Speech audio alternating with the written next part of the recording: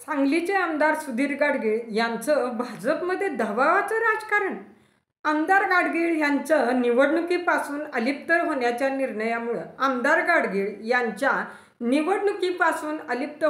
निर्णयामुळे भाजपमध्ये अस्वस्थता निर्माण झाली असली तरी पक्षांतर्गत इच्छुकांच्या दाव्याला बळ मिळणार आहे. नेमकं काय झालंय हे पाहण्या अगोदर बोल हटके या आपल्या यूट्यूब चॅनेलला सबस्क्राईब करा. व्हिडिओ आवडला तर लाईक करा. विधानसभा निवडणुकीमध्ये आपण प्रतिनिधित्व करणार नसल्याचं जाहीर करून आमदार सुधीर गाडगीळ यांनी सांगलीच्या राजकीय क्षेत्रात धक्का दिलाय. त्यांच्या या निर्णयावर अद्याप भाजपनं कोणतीही प्रतिक्रिया दिलेली नसली तरी उमेदवारीबाबत भाजपमध्ये पेच निर्माण होणार आहे.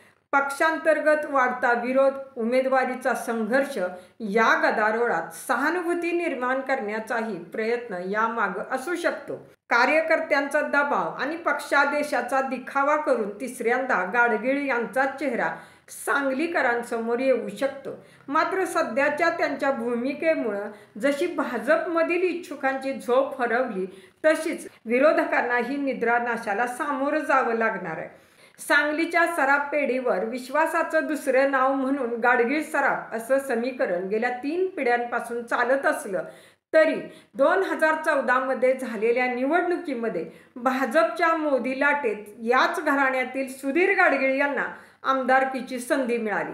आपल्या मितभाषी स्वभावातून राजकारण विरहित चेहरा म्हणून ते सांगलीत परिचित झाले आणि यानंतर गत निवडणुकीत म्हणजे 2019 मध्ये झालेल्या निवडणुकीत काँग्रेस राष्ट्रवादी आघाडीच्या माध्यमातून तगडं आव्हान उभं ठाकलं असताना त्यांनी विजय खेचून आणला.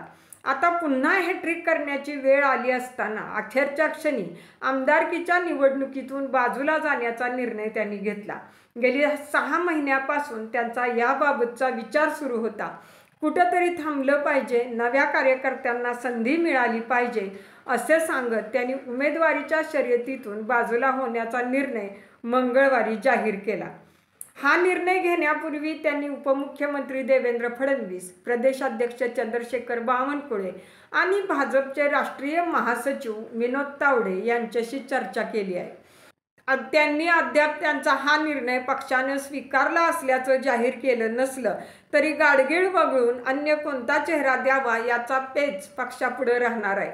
महिलांना संधी म्हणून पक्षाच्या निष्ठावान नेत्या म्हणून नीता केळकर, प्रदेश पातळीवर काम केलेले आणि महापालिका क्षेत्रात पक्षविस्ताराबरोबरच सर्वांशी सलोख्यानं राजकीय जीवनात कार्यरत असलेले शेखर इनामदार, जिल्हा परिषदेच्या माध्यमातून ग्रामीण भागातून प्रतिनिधित्व करत शहराशी रोजचा संपर्क ठेवून असलेली शिवाजी पप्पू डोंगरे, पृथ्वीराज पवार आदी नावं चर्चेत आहेतच.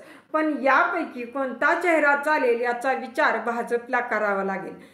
मराठा आरक्षणावरून पक्षाबाबत निर्माण झालेले गैरसमज दूर करण्यासाठी चेहरा बदलत असताना बदलत्या सामाजिक ध्रुवीकरणाचाही विचार पक्षाला करावा लागणार आहे.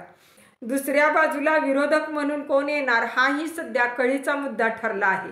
जिल्हा बँकेच्या उपाध्यक्ष जयश्री पाटील यांच्यासाठी काही माजी नगरसेवकही आग्रही आहेतच.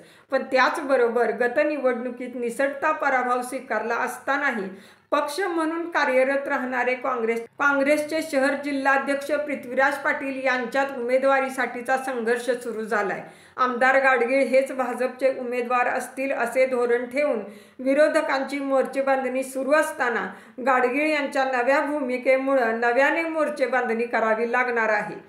आमदार गाडगीळ यांच्या निवडणुकीपासून अलिप्त होण्याच्या निर्णयामुळे भाजपमध्ये अस्वस्थता निर्माण झाली असली तरी पक्षांतर्गत इच्छुकांच्या दाव्याला बळ मिळणार आहे. इनामदार असो वा डोंगरे यांच्या उमेदवारीच्या संघर्षात पक्षाकडून गाडगीळ यांचं मतपरिवर्तन करण्याचाच पहिल्यांदा प्रयत्न होईल असे दिसतं. या राजकीय मांडणीत विरोधकांकडून कोणत्या खेळ्या केल्या जातात यावर भाजपचा उमेदवार निश्चित केला जाऊ शकतो. काँग्रेस अंतर्गत सुरू असलेल्या उमेदवारीच्या लढ्यात कदाचित उमेदवाराची उसनवारीही केली जाऊ शकते.